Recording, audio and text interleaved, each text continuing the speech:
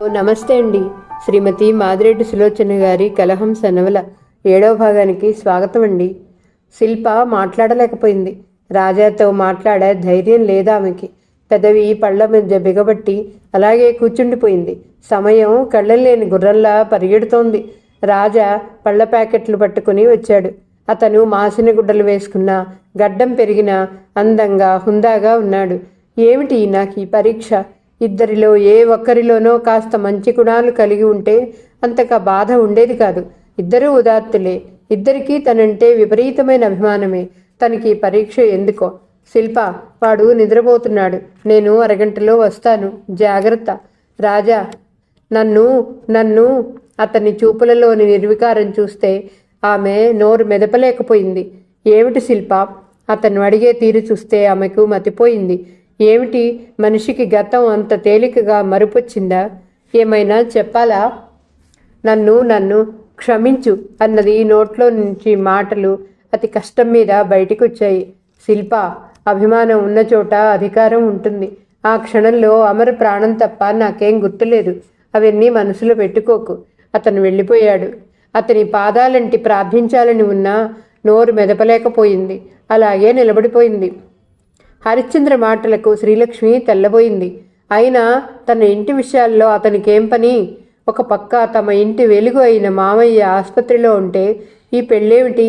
అయినా తన మనసు ఏమిటో తల్లికి తెలీదా? శ్రీ, త్వరగా తయారవు. నీకు నచ్చిన బట్టలు తెచ్చుకుందువు గాని తల్లి హెచ్చరించింది. అమ్మా, దెబ్బతిన్నట్టు చూసింది శ్రీలక్ష్మి. మీ అమ్మాయి అమ్మా అని కొత్తగా పిలవటం నేర్చుకుంటుందిలా ఉంది. సావిత్రి. హరిశ్చంద్ర సిగరెట్ వెలిగించాడు. సావిత్రి. ఆ పిలుపుకు శ్రీలక్ష్మి ఒళ్ళు మండిపోయింది. అమ్మా, మామయ్య ఇంటికి వచ్చాక అతని వివాహం. ఆ తర్వాతే నాది. పెళ్లి కొడుకు ఎవరో కాదు, రాజేంద్ర. తెలిసిందా? అన్నది తీక్షణంగా. ఆమె కళ్ళు నిప్పులు కురుస్తున్నాయి. పిట్ట కొంచెం కూత ఘనం. హరిశ్చంద్ర గారు, మా మానాన్న మమ్మల్ని వదిలిపెట్టకూడదు. ఆమె కళ్ళు నిండుకున్నాయి. ఒకవైపు తన మేనమామపై హత్యా ప్రయత్నం చేసి తనకు పెళ్లి సంబంధాలు వెతుకుతాడా? ఎంత ధైర్యం! చట్టం న్యాయం ఏమయ్యాయి? ఒకరిపై హత్యాచారం చేస్తుంటే ఎవరైనా చూసి ఐ విట్నెస్ ఇవ్వాలట. హత్య చేసేవాడు నేను హత్య చేస్తున్నాను చూడు అని పిలుస్తాడా? లక్ష్మి, 6 100 100 6 ఆ పని మనిషి కొడుక్కిచ్చి చేస్తానని నిన్ను అనుకోవటం నీ భ్రమ అన్నది సావిత్రి. రాజేంద్రపై విపరీతమైన కోపం వచ్చింది శ్రీలక్ష్మికి. అతను వీలునామా మార్పించి ఆస్తి తన పేర రాయించకపోతే ఈ అనర్థం జరగటానికి అవకాశం ఉండేది కాదు. ఏరు దాటి తెప్ప తగలేసే రకాలు. అయినా హరిశ్చంద్రకు అంతగా భయపడిపోతుందేంటి తన తల్లి? లక్ష్మి, హరిశ్చంద్ర అంకుల్ చూసిన అబ్బాయి మంచి బిజినెస్ మ్యాగ్నెట్, హోదా కలవాడనుకుంటున్నాం. నచ్చ చెప్పాలని చూసింది సావిత్రమ్మ. మీరు ఈ దేశానికి రాజును తెచ్చినా సరే నాకొద్దు అన్నది ఖచ్చితంగా. అయితే ఆ రాజాగారి మత్తు మందు చల్లారన్నమాట. సరే, అది ఎలా వదలగట్టాలో నాకు తెలుసు. హరిశ్చంద్ర లేచి మీసం మెలేశాడు. మీ అధికారం నుండి ఎలా తప్పించుకోవాలో నాకు తెలుసు అన్నది శ్రీలక్ష్మి. అతను ఓసారి నవ్వి వెళ్ళిపోయాడు. శ్రీలక్ష్మి చరచర తండ్రి గదిలోకి వెళ్ళి ఆయన ఎదుట నిలబడింది. ఆయన బనీన్పై ఉన్నాడు. చొక్కా లేకుండా అతన్ని చూస్తే అస్థిపంజరాన్ని చూసినట్టు ఉంటుంది. వేరే సమయాల్లో అయితే వెంటనే లాల్చి తీసి తొడుక్కునే వరకు ప్రాణం తీసేది. అలాగా అతని పక్కటెముకలు లెక్క పెట్టేది. ఈరోజు అదేం గమనించలేదు. నాన్న, ఈ ఇంట్లో మీ మాటకి విలువ లేదా? కాలం మారిపోయిందమ్మా. ఒకప్పుడు ఇంటి యజమాని అంటే ఎంతో గౌరవం ఉండేది. ఇప్పుడు దిష్టిబొమ్మ లాంటివాడు. మీ అమ్మ మాటకు ఎదురు చెప్పకు అన్నాడు. నానా, అరిచింది లక్ష్మి. అవునమ్మా, అనువుగాని చోట అధికులమనరాదు. సర్దుకుపో తల్లి సలహా ఇచ్చాడు ఆయన. ఆమెకు ఒకటే ఆశ ఉంది, అది రాజేంద్ర సాయం. అమర్నాథ్ బంగళాకు వచ్చిన ఆరోగ్యం పూర్తిగా బాగుపడలేదు. అందుకే ఆమె రాజేంద్ర కోసం వెళ్తానంటే పంపరని తెలుసు. తను నాటకం ఆడాలి. ఆమె ఓ నిర్ణయానికి వచ్చింది. హరిశ్చంద్ర తీసుకొచ్చిన వరుణ్ణి చూసింది. సంతోషంగా వారు అడిగిన ప్రశ్నలకు జవాబులు చెప్పింది. ముహూర్తాలు, కట్నాలు మాట్లాడుకొని వాళ్ళు వెళ్ళిపోయారు. 2వ రోజు తల్లి దగ్గరికి వచ్చింది శ్రీలక్ష్మి. అమ్మా, ఒకసారి మామయ్య దగ్గరికి వెళ్దాం అన్నది గారంగా. ఎందుకు? మొహం చిట్లిచ్చింది సావిత్రమ్మ. బయట అంతా ఏమనుకుంటున్నారో నువ్వు వినవమ్మా. మామయ్య ఆస్తిపోయినే గాని అతని పైన ప్రేమ లేదంటున్నారు. ఒక్కసారి వెళ్ళి వద్దాం అన్నది నిజాయితీగా. సావిత్రమ్మ క్షణం ఆలోచించింది. రేపు వెళదాం అన్నది. హరిశ్చంద్ర, ఆయన భార్య రాధాదేవి కూడా వచ్చి శ్రీలక్ష్మి అభిప్రాయాన్ని బలపరిచారు. ఆ రాత్రి వాళ్ళు అక్కడే భోంచేసి వెళ్ళిపోయారు. మర్నాడు జీపులో తల్లి కూతురు హైదరాబాద్ వెళ్ళారు. అమర్నాథ్ చాలా సంతోషించాడు. సావిత్రమ్మతో అతను మాట్లాడుతుండగా మెల్లగా శ్రీలక్ష్మి రాజేంద్ర గదివైపు వెళ్ళింది. అతను సీరియస్గా కూర్చుని లెక్కలు రాస్తున్నాడు. రాజా, తన హృదయమంతా పిలుపులో వ్యక్తం చేస్తూ పిలిచింది. రాజా ఇటు తిరిగాడు. అతని చూపులు గంభీరంగా ఉన్నాయి. ఏమ్మా, ఏమిటి? ఆమె దెబ్బతిన్నట్టు చూసింది. జవాబు ఇవ్వలేదు. ఇందాక భీమశంకరం గారు ఫోన్ చేశారు. కంగ్రాచులేషన్స్ అన్నాడు పెన్ను మూస్తూ. ఆమె ముఖం తెల్లగా పాలిపోయింది. చూడు శ్రీలక్ష్మి, సావిత్రమ్మ గారు మంచి పనే చేశారు. నేను అమెరికా వెళ్ళిపోతున్నాను. ఈ దూషణలకు భూషణలకు దూరంగా వెళ్ళిపోతాను. నాకు జీవితంపై విరక్తి కలిగింది. లక్ష్మి, నన్ను చేసుకొని నువ్వు సుఖపడలేవు. ఒకరికి అంకితమైన హృదయంలో ఇంకొకరికి చోటు ఇవ్వలేనని తెలిసిపోయింది. పిల్ల పాపలతో నువ్వు సుఖంగా వర్ధిల్లాలమ్మా. అనుకోకుండా ఆమె తలను దగ్గరికి లాక్కుని ఆశీర్వదిస్తున్నట్టు తల నిమిరాడు. అతని పరిష్వంగంలో అలాగే చచ్చిపోతే బాగుండనిపించింది శ్రీలక్ష్మికి. ఆ అమ్మాయికి కన్నీళ్ళు వస్తున్నాయి. బిగబట్టుకుంది. నలుగురికి ఉపయోగకరమైన పని చేయాలంటే విదేశాలే వెళ్ళక్కర్లేదు. పదవులు వద్దు అనుకున్నాను, కానీ విధి నాటకం ఆడిస్తుంది అన్నాడు నిట్టూరుస్తూ. వెళ్ళక తప్పదా రాజా? అమర్ ఈ పరిసరాలకు దగ్గర అవ్వాలంటే నేను దూరంగా వెళ్ళాలమ్మా. స్వదేశాభిమానం లేక కాదు అన్నాడు. శ్రీలక్ష్మి అతని నుండి దూరం జరిగింది. రాజా, ప్రేమించబడటం కంటే ప్రేమించటం ఎంతో అదృష్టం. శిల్ప చాలా అదృష్టవంతురాలు. ఇటు నీకు దూరమైన నీ హృదయంలో శాశ్వతమైన స్థానం సంపాదించుకుంది. అటు మామయ్యకు ఆరాధ్య దేవత అయింది అన్నది కన్నీటితో. నీకేం తక్కువమ్మా. భర్తగా నిన్ను స్వీకరించలేను, కానీ ఒక ఆత్మీయుడిగా ఏ అవసరం వచ్చినా నీ పక్కనే ఉంటాను. నాకు ఇక్కడ విషయాలు రాస్తుంటావు కదూ? తలాడించింది శ్రీలక్ష్మి. అతను చేయి చాచాడు. ఆ చేతిలో చెయ్యి వేసింది. రాజా వచ్చే జన్మకైనా నీ ప్రేమను పొందాలి అనుకుంది. అమర్నాథ్ తన వివాహం, శ్రీలక్ష్మి వివాహాలు అయ్యాక వెళ్ళమని రాజాను బలవంతం చేశాడు. అమర్, మనల్ని ఆడించే అతీత శక్తి ఏమీ ఉంది. నా స్నేహం చల్లగా నీకు ఉపయోగకరమైనగా ఉండాలి, కానీ శనిలా కాకూడదు. శ్రీలక్ష్మిది నీది 2 వివాహాలు 2 సార్లు తప్పిపోయాయి. నేనెక్కడున్నా నా హృదయం నీ చుట్టే పరిభ్రమిస్తుందని అర్థం చేసుకో. రాజా అమర్ మాటలు రానట్లు ఉండిపోయాడు. అతను పైకి బలవంతం చేసినా మనసులో రాజా వెళ్ళిపోవాలనే ఉంది. రాజాను అనుమానించి కాదు, తనను పొడిచిన వాళ్లపై కక్ష తీర్చుకోవాలని శత్రువుల కోసం గాలిస్తానంటున్నాడు. అది అమర్కు బొత్తిగా ఇష్టం లేదు. తనలోని పగ ఆరిపోదు. వాళ్ళు రాజాని చంపటానికి కూడా వెనుతీయరు. అందుకే త్వరగా అన్ని ఏర్పాట్లు చేశాడు. అమర్, సమాజంలో బతకాలంటే అన్ని అనర్థాలకు దారితీసే ఆవేశం తగ్గించుకో. అపాయాలు తప్పించుకో. అమర్ కళ్ళు చెమర్చాయి. ఇంకొక విషయం గుర్తుంచుకో. లక్ష్మీభవన్లో సావిత్రమ్మ గారు ఉన్నంత వరకు నువ్వు ఉండవు. అదో మృత్యు గుహంలా ఉంటుంది. చిత్రంగా ఉందిరా. నువ్వు శిల్ప ఒకే విధంగా ఆలోచిస్తారు అన్నాడు అమర్. రాజా వెళ్లే రోజులు దగ్గర పడ్డాయి. నేను ఆయమ్మకు ఉత్తరం రాస్తాను అన్నాడు అమర్. అమర్, నాపై ప్రేమ ఉంటే ఆమె విషయం మర్చిపో. ఆమె నీకు రాసే ఉత్తరాలు ప్రేమతో అనుకునేవు. అదంతా నీ ఆస్తి పట్ల ఉన్న గౌరవం. నాకు ఉత్తరం రాయొచ్చుగా. టేక్ ఇట్ ఈజీ రాజా, చెయ్యి నొక్కాడు అమర్. అతను రాజా కూడా బొంబాయి వరకు వస్తానంటే రాజా వారించాడు. వద్దు, నువ్వు ఇంకా బలహీనంగా ఉన్నావు అని శిల్ప వినేలా అమర్ గురించి తీసుకోవాల్సిన జాగ్రత్తలు చెప్పాడు. ఆ రాత్రి చిన్న విందులాంటిది ఏర్పాటు చేశారు. భీమశంకరం కుటుంబంతో వచ్చాడు. రాజా, నీలాంటి కొడుకులేని నేను దురదృష్టవంతుడిని. నన్ను అవహేళన చెయ్యని నీ ఔదార్యం జన్మలో మర్చిపోలేను. రాజా ఆశ్చర్యంగా చూశాడు. పిచ్చి భీమశంకరం ఇంతగా మాట్లాడుతున్నాడని ఆశ్చర్యపోతున్నావా? పిచ్చితనం కూడా ఓ వరమే బాబు. ఈసారి నిజంగా ఆశ్చర్యపోయాడు రాజా. సాయంత్రం ఫ్లైట్లో బొంబాయి బయలుదేరాడు. అతని మనసంతా ఖాళీ మైదానంలా ఉంది. అమర్ మాత్రం చెయ్యూపాడు. శిల్ప బలవంతంగా కన్నీరు ఆపుకుంటుందని అర్థమైంది. మధ్యరాత్రి బయలుదేరవలసిన ఫ్లైటు సాంకేతిక ఇబ్బందుల వలన మధ్యాహ్నం 2 గంటలకు బయలుదేరుతుంటే మెల్లగా బయటికి వచ్చి వార్తాపత్రిక కొన్నాడు. హెడ్లైన్స్లో పడ్డ వార్త చూసి నో నో అంటూ పిచ్చిగా అరిచాడు రాజా. వాట్, ఏమైంది? ఎవరో ఇంగ్లీష్లో అడిగారు. ఓ గుడ్నెస్ అమర్! అతని ఆక్రందన ఆ జనంలో కలిసిపోయినట్లయింది.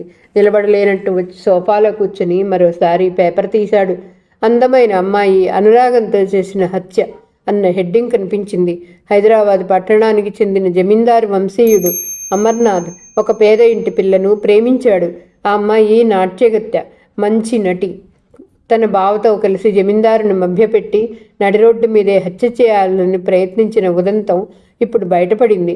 ఆ ప్రయత్నం విఫలం కాగా అతని ఇంట్లో వివాహానికి పూర్వమే చేరి అతనికి అతని మేనగోడలు శ్రీలక్ష్మి ఆస్తికి మరో వారసురాలు అనుకున్న అమ్మాయికి నేర్పుగా విషం ఇచ్చింది. అమర్నాథ్ మరణించాడు. అదృష్టవశాత్తు మొదటి గుక్క పాయసం తాగగానే వాంతి చేసుకున్న శ్రీలక్ష్మి కోలుకుంటోంది. నిందితురాలు శిల్పను పోలీసులు అరెస్ట్ చేశారు.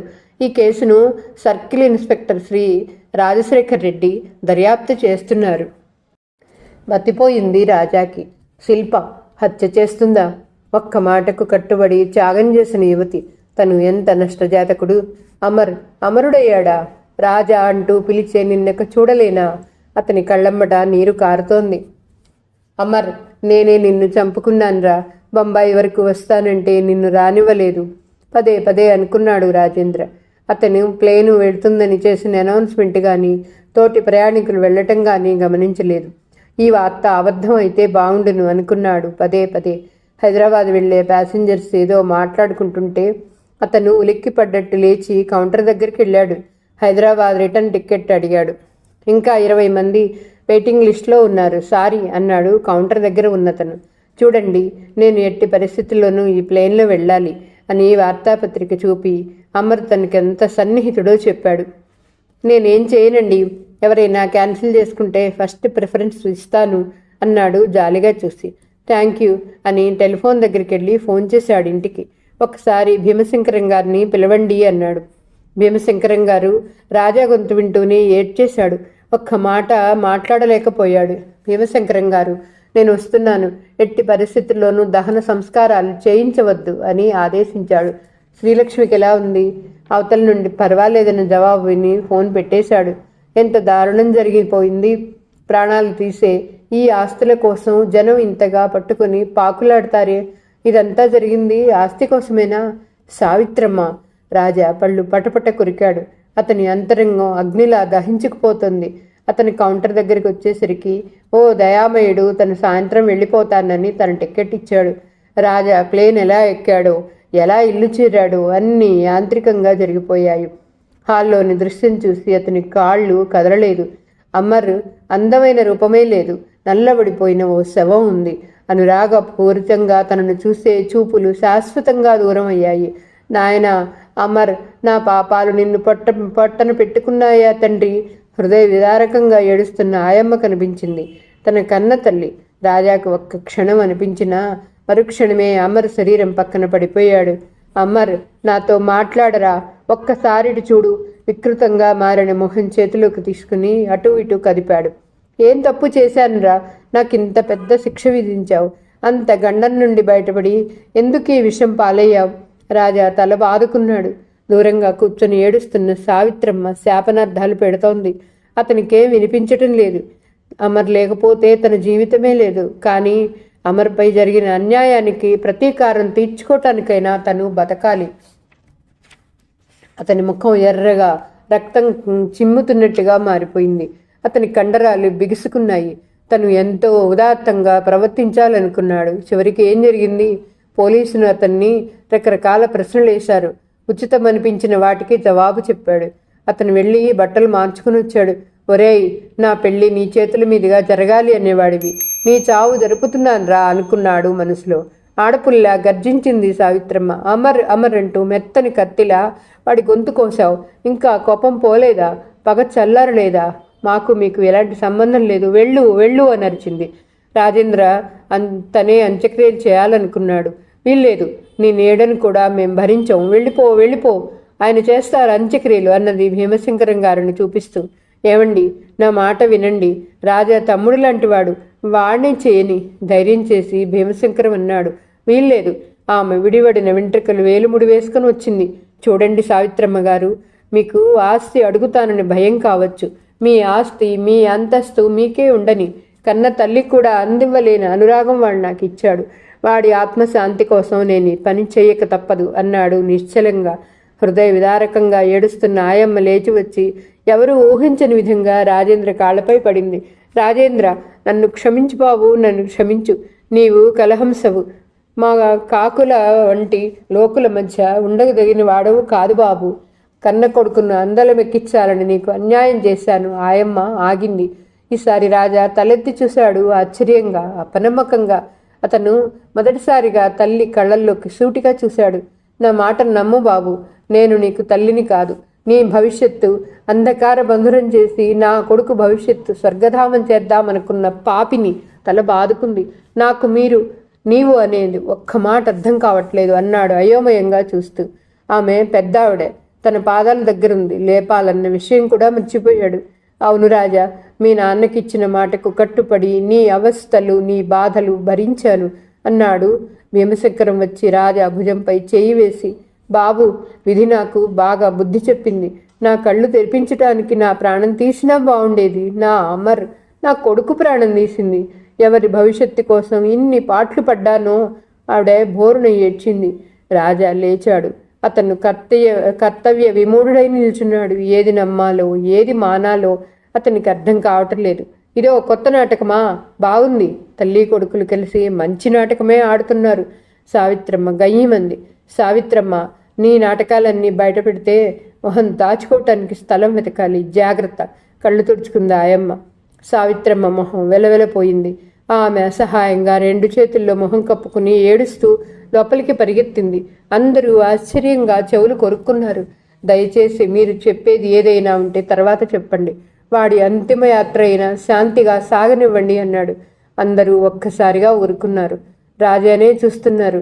అమ్మ అంత్యక్రియలు రాజా తన చేతుల మీద జరిపాడు.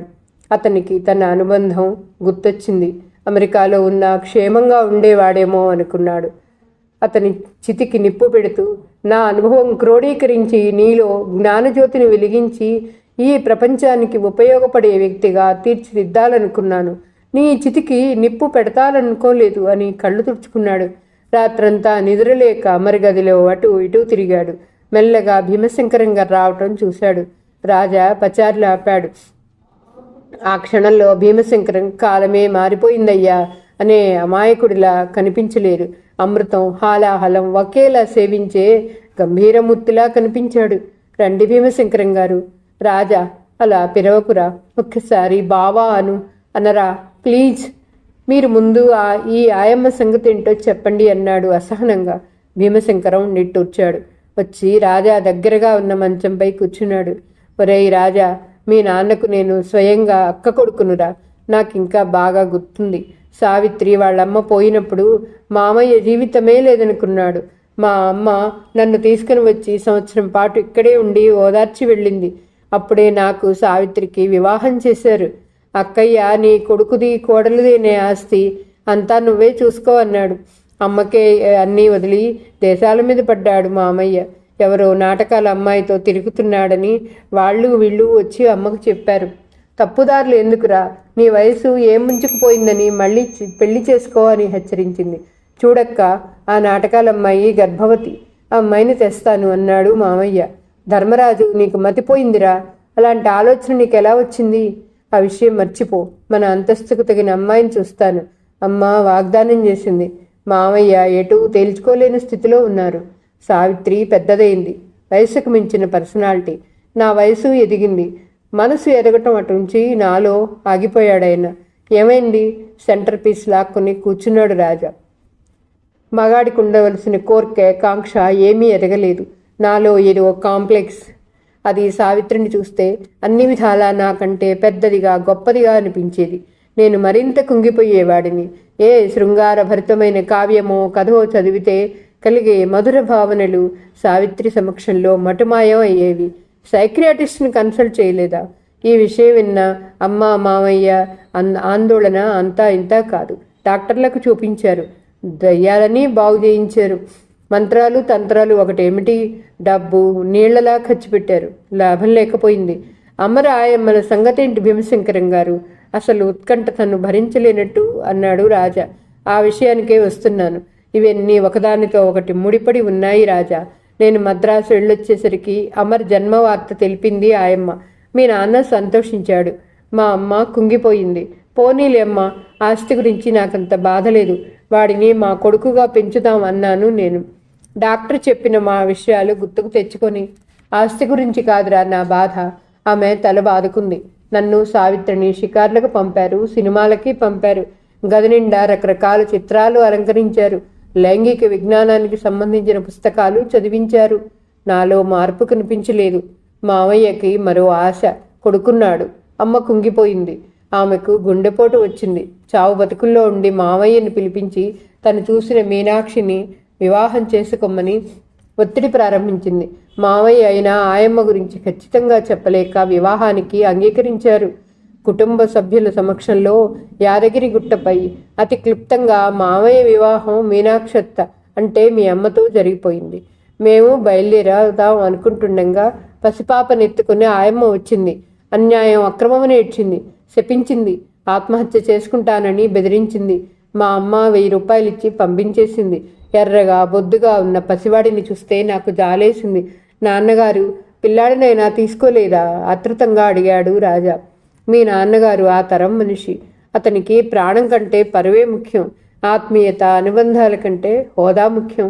ఇప్పుడంటే కాలం మారిపోయింది అన్నాడు. మారింది కాలం కాదండి, మనుషుల మనస్తత్వాలు. తర్వాత ఏముంది? నెలకింత డబ్బు పంపుతామని, మన శిల్ప అమ్మ వాళ్లతో ఉంటుందని తేల్చారు. ఆమె ఏడుస్తూ వెళ్ళిపోయింది. సంవత్సరం తిరగకుండానే మేనత్తకు నువ్వు పుట్టావు. ఆమె ధనుర్వాతం కమ్మి మరణించింది. ఈ సంవత్సరంలో అత్త అందరి హృదయాలను దోచుకుంది. నీకంటే మెత్తని హృదయం గల స్త్రీ ఆమె. మరణానికి అమ్మ తట్టుకోలేకపోయింది. వారంలో 2 మరణాలు. మావయ్య తట్టుకోలేకపోయారు. అప్పుడు బాల్య వివాహం జరిగింది. కానీ సావిత్రి చిన్నది. ఇటు పసివాడిని ఇటు మావయ్యను చూసుకోలేక అవస్థపడేది.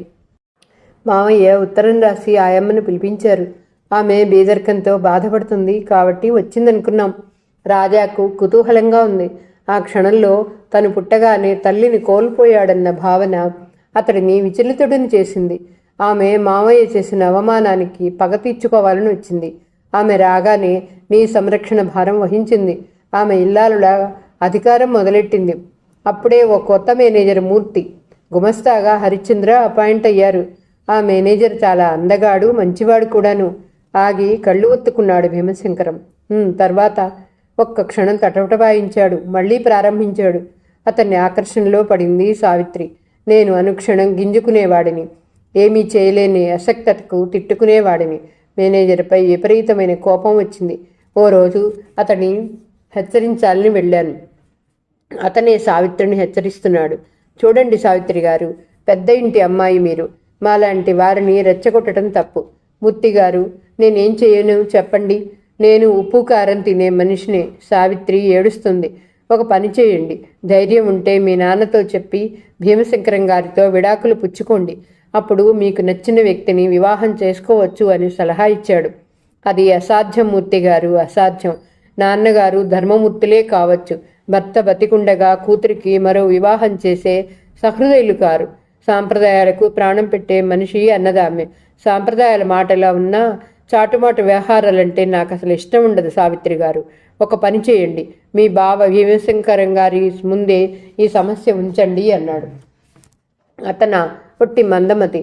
భార్య అంటే షోకేసులో బొమ్మ అనుకునే వెర్రిబాగులవాడు అన్నది నిరసన, అసహ్యం పోటీపడ్డ కంఠంతో. మీరు పొరపడుతున్నారు సావిత్రి. అతను తన భావాలను వ్యక్తం చేయలేదు, కానీ మంచి మనసున్న వ్యక్తి. ఆ క్షణంలో అతని పాదాలకు నమస్కరించాలనిపించింది. మెల్లగా వెనుతిరిగి వచ్చేశాను. నా గదిలో కూర్చుంటే నా అసక్తత 1000 కంఠాలతో 1,000,000 గొంతుకులతో నా ముందు నిలబడి అరిచిందేమో అనిపించింది. 2 రోజులు ఆలోచించిన మీదట నేనే ఓ నిర్ణయానికి వచ్చాను. మామయ్య వద్దకు వెళ్ళాను. మామయ్య, ఓ మాట చెబుదామని. చెప్పరా, సందేహిస్తావే అన్నాడు ఆయన నిన్ను ఆడిస్తూ. అది కాదు మామయ్య. నా నోట మాట పెగిలి రాలేదు. ఏది కాదు? ఏమైందిరా? సావిత్రి జీవితం అడవి కాచిన వెన్నెల కాకూడదు. నేను విడాకులు ఇస్తాను. ఆమెను మరెవరికైనా ఇచ్చి నా మాట పూర్తి కానే లేదు. ఆయన ఎర్రబడ్డ కళ్ళతో లేచాడు. సావిత్రి, మై అంటూ కేకలేశాడు. సావిత్రి వచ్చింది. బావని ఏమన్నావు చెప్పు, గద్దించాడు. ఆమె అయోమయంగా చూసింది. మావయ్య, సావిత్రికి విషయం ఏం తెలియదు అని చెప్పబోయినా వినలేదు. ఆయన సావిత్రిని నానా మాటలన్నాడు. మాది సత్సంప్రదాయం గల వంశమే. మా అక్క మహా అయితే 6 నెలలు కాపురం చేసిందేమో. భీముడు పుట్టకముందే బావగారు పోయారు. నిప్పులా బతికింది. 2 సంసారాలు చూసుకుంది. సమర్థవంతంగా నిలబెట్టింది. ఈ పసివాడు నీ కొడుకే అనుకుని పెంచి పెద్ద చెయ్యి అన్నారు నిన్ను అందిస్తూ. సావిత్రి విసురుగా అక్కడి నుండి వెళ్ళిపోయింది. నాకప్పుడు మావయ్యకు ఎదురు చెప్పే ధైర్యం లేదు. ఆయన తీర్పును హర్షించలేకపోయాను. మెల్లగా సావిత్రి వద్దకు వచ్చాను. ఆమె నన్ను చూసిన చూపులు ఇప్పటికీ నన్ను వెంటాడుతూనే ఉంటాయి. సావిత్రి, నేను మావయ్యతో మన విడాకుల విషయం చెప్పాను. ఆయన అర్థం చేసుకుంటాడనుకున్నాను అన్నాను నచ్చ చెప్పే ధోరణిలో. తన కొడుకును పెంచుతూ తృప్తి పడాలట. వాడి గొంతు నులిమేస్తాను అన్నది ఆవేశంగా. సావిత్రి, మీ నాన్న ఏ అభ్యంతరం పెట్టినా నిన్ను శాసించను. కొన్నాళ్లకు ఆయనకు నచ్చ చెబుతాం అని ఓదార్చాను. మూర్తితో ఆమె ప్రేమ వ్యవహారాలకు చూచాయిగా అనుమతించాను. భీమశంకరం గారు, రాజా చెలించిపోయాడు. ఎంతటి ఉదాత్త పురుషుడు! అవును రాజా. ఆ తర్వాత మూర్తిని ఎలా ప్రసన్నం చేసుకుందో కానీ మూర్తితో ఆమె స్వేచ్ఛగా గడపటం చూశాక నాకు తృప్తిగా ఉంది. నీకు 2వ ఏడు వచ్చింది. పుట్టగానే తల్లిపోయి ఏ వేడుకలు చేయలేదు. కాబట్టి పుట్టు వెంట్రుకలు తీసి నామకరణోత్సవం చేద్దామన్నారు మావయ్య. మేమంతా తిరుపతి వెళ్ళాం. సావిత్రి రానని మొరాయించింది. మావయ్య పట్టుబడితే తను ఇంట్లోకి రాకూడదని చెప్పి పట్టుబట్టింది. మేం వెళ్ళాం. ఆయమ్మ కొడుకువి నీవి పుట్టెంట్రుకలు తీయించి తిరిగి వచ్చేసాం. గది తలుపులు వేసి ఉన్నాయి. మూర్తి చెప్పులు బయటున్నాయి. సావిత్రి ఏది? మావయ్య అడిగారు. గదిలో. పనివాడు తలవంచాడు. ఆయన కోపంగా వేటకు ఉపయోగించే గన్ తీసుకుని తలుపులు ఒక్క తన్ను తన్నాడు. మంచంపై తన్మయత్వంతో ఉన్న సావిత్రి, మూర్తి ఉలిక్కిపడి లేచారు. మూర్తిగారిని కాల్చారా? మొదటి దెబ్బకే అతను కూలాడు. రెండోసారి సావిత్రికి తాకవలసిన దెబ్బలు గురి తప్పించాను. ఆ తర్వాత ఎంతో కష్టంపై నేను, ఆయమ్మ, మీ నాన్నగారిని ఆపాం. మూర్తిగారిని ఆసుపత్రికి తీసుకెళ్ళాం. అతను ఎక్కడ చనిపోయాడు. అతనిచ్చిన మరణ వాగ్మూలంలో ప్రమాదవశాత్తు లోడ్ చేసిన తుపాకీ గురితప్పిందని, తన తలకు తాకిందని చెప్పాడు. అతని సహృదయతకు కదిలిపోయాడు మామయ్య. తన చేతుల మీదుగా అంత్యక్రియలు జరిపాడు. అతని తల్లి వస్తే డబ్బిచ్చాడు. సావిత్రి అన్నం నీళ్లు ముట్టటం మాని ఏడుస్తూ గదిలో కూర్చుంది. 3వ రోజు స్పృహ తప్పితే డాక్టర్ని పిలిపించాం.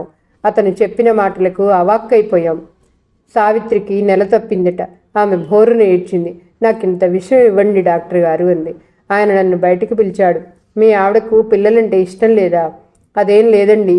అందరం చూస్తుండగానే ప్రమాదవశాత్తు అతను మరణించాడని ఆమె భయపడింది. అలాగా? అయితే జాగ్రత్తగా చూసుకోండి. పాలు పండ్ల రసమైనా తాగించండి అని ఆయన వెళ్ళిపోయాడు. పాలు పండ్ల రసం ఎవరు తాగించాలి? తండ్రి దగ్గరికి రాడు. విఫల ప్రయత్నం చేశాను. నీకంటూ ఒక సంతానం ఉండాలి సావిత్రి. ఆ పుట్టబోయే బిడ్డ కోసమైనా నీవు బతకాలి అన్నాను. ఆమె మౌనం వహించింది. లేచి పాలు తాగు. ఈ విషయం ఎవరికీ తెలియదు అన్నాను. సావిత్రి కదలలేదు. నువ్వు భయపడవలసినదేం లేదు సావిత్రి. పుట్టబోయేది నా బిడ్డ అన్నాను. మొదటిసారి, ఆఖరిసారి అదే అనుకుంటున్నాను. ఆమె నా పాదాలపై పడి మౌనంగా ఏడ్చింది. వారం రోజులకు కాస్త కోలుకుంది సావిత్రి. నేను నిశ్చింతగా మామయ్య దగ్గరికి వెళ్ళాను. ఆయన, ఆయమ్మ తీవ్రంగా ఘర్షణ పడుతున్నారు. ఆయమ్మ అంత పెద్దగా అరవగలదని కూడా నాకు తెలియదు. నన్ను చూడగానే ఇద్దరూ మౌనం వహించారు. చెప్పవలసిన విషయమైతే ఆయనే చెబుతారు అనుకుని ఊరుకున్నాను. భీముడు మీ అత్త పేరును కొన్న ఇల్లు అద్దెవాళ్ళుండి నానా హడావుడి చేశారట. మీరిద్దరూ వెళ్ళి ఆల్వార్లో ఉన్న మన బంగ్లాల్లో ఉండండి అన్నారు. నాకు అదే మంచిదనిపించింది. ఈ వాతావరణం నుండి సావిత్రిని తప్పించాలి. అదే నా ధ్యేయం. మామయ్య, సావిత్రి ఉత్తమనిషి కాదు. విన్నాను భీముడు. మన బతుకులు పనివారి చేతిలో ఉంటాయి అని ఆయమ్మ వైపు చూశాడు. ఆమె గుర్రుగా చూసి అవతలికి వెళ్ళిపోయింది. నేను వారం రోజుల్లో ప్రయాణమై ఆల్వార్ వచ్చేసాను. అప్పుడు అదంతా అడవిలా ఉండేది. మా మేడ ఒక్కటే ఉండేది. మాకు ఇరుగు పొరుగులు బాధ లేదు. కానీ రాజా, ఆ జీవితం పగవారికి కూడా వద్దురా.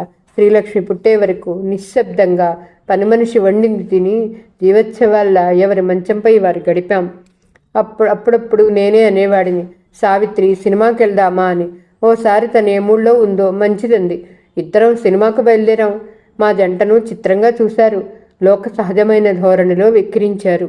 వేడాకోళం చేశారు. గడకర్రలా ఆయన, మహారాణిలా ఈవిడ. పాపం భార్యాభర్తలు కారేమో. అది నిజమే. ఇద్దరూ కలిసి వస్తే భార్యాభర్తలు అంటాం. ఆమెకేం కర్మ ఆ గడకర్రని చేసుకోవటానికి? నాకు తల కొట్టేసినట్టు అనిపించింది. ఆ తర్వాత మళ్ళీ బయటికి వెళ్ళలేదు. సావిత్రిలో చిత్రమైన మార్పు వచ్చింది. మనుషుల్ని చీదరించుకోవటం, చిన్న చూపు చూడటం, పెద్దగా అరవటం. ఆ పరిస్థితుల్లో శ్రీలక్ష్మి పుట్టింది. ఆ అమ్మాయిని చూసి నేను సర్వం మర్చిపోయాను. ఆమె గురించి తెలుపుతూ మామయ్యకు ఉత్తరాలు రాశాను. సావిత్రిదేం తప్పు మామయ్య? ఈ బాల్య వివాహాలు ఎన్ని అనర్థాలు తెస్తాయో చూడండి. మీరు వచ్చి నిండు మనసుతో మీ కూతుర్ని దీవించాలి. కుంతీ చరిత్ర అంత ఆసక్తితో అభిమానంతో చదువుతావే. పురాణాలకు ఆదర్శంగా తీసుకున్నప్పుడు అందులోని విషయాలను ఆదర్శంగానే తీసుకోవాలి అని రాశాను. ఏమనుకున్నారో ఏమో, మామయ్య తన ఇద్దరు పిల్లలను వెంట తీసుకొచ్చారు. ఈసారి ఆయమ్మ ప్రవర్తనలో చాలా మార్పు కనిపించింది. ఇదిగో భీమశంకరం, ఆమె గారు పోవటంతో పిల్లలకు పేర్లు పెట్టలేదు. వాళ్ళు అనాథలుగా ఎందుకు పెరగాలి? మీ పాపతో పాటు వాళ్ళిద్దరికీ నామకరణోత్సవం చేయాలి అంది దర్పంగా. భీమశంకరం గారు, అల్లుడు గారు అంటూ పిలిచేది. ఏమైంది? భీముడు నిజంరా, ఆ ముచ్చట పడుతుంది అన్నాడు మామయ్య. ఆయన ప్రవర్తనలో మాటలో చాలా మార్పు వచ్చింది. పులిలా అందరినీ హడలగొట్టేవాడు. పిల్లిలా అందరి మాటలకు తలూపుతున్నాడు. ఇంకో మార్పు గమనించాను. గుళ్ళో ఉండగా మామయ్య కొడుక్కు జరిగే హంగులన్నీ ఆయమ్మ కొడుక్కి జరుగుతున్నాయి. అసలు వాడు ఆయమ్మ చేత అదిలింపులు విదిలింపులు పడుతూ అమ్మా అంటూ వెంట తిరుగుతున్నాడు. మామయ్య, ఇదేమిటి? అతని ఒడిలో కూర్చున్న అమర్ను చూసి అడిగాను. వాడు నా కొడుకేగా భీముడు అన్నాడు. సావిత్రి ఇదేం పట్టించుకోవట్లేదు. ఆమెకు తన కూతురిదే లోకం అయిపోయింది. మూర్తిని చంపిన తండ్రిని మాత్రం క్షమించలేకపోయింది.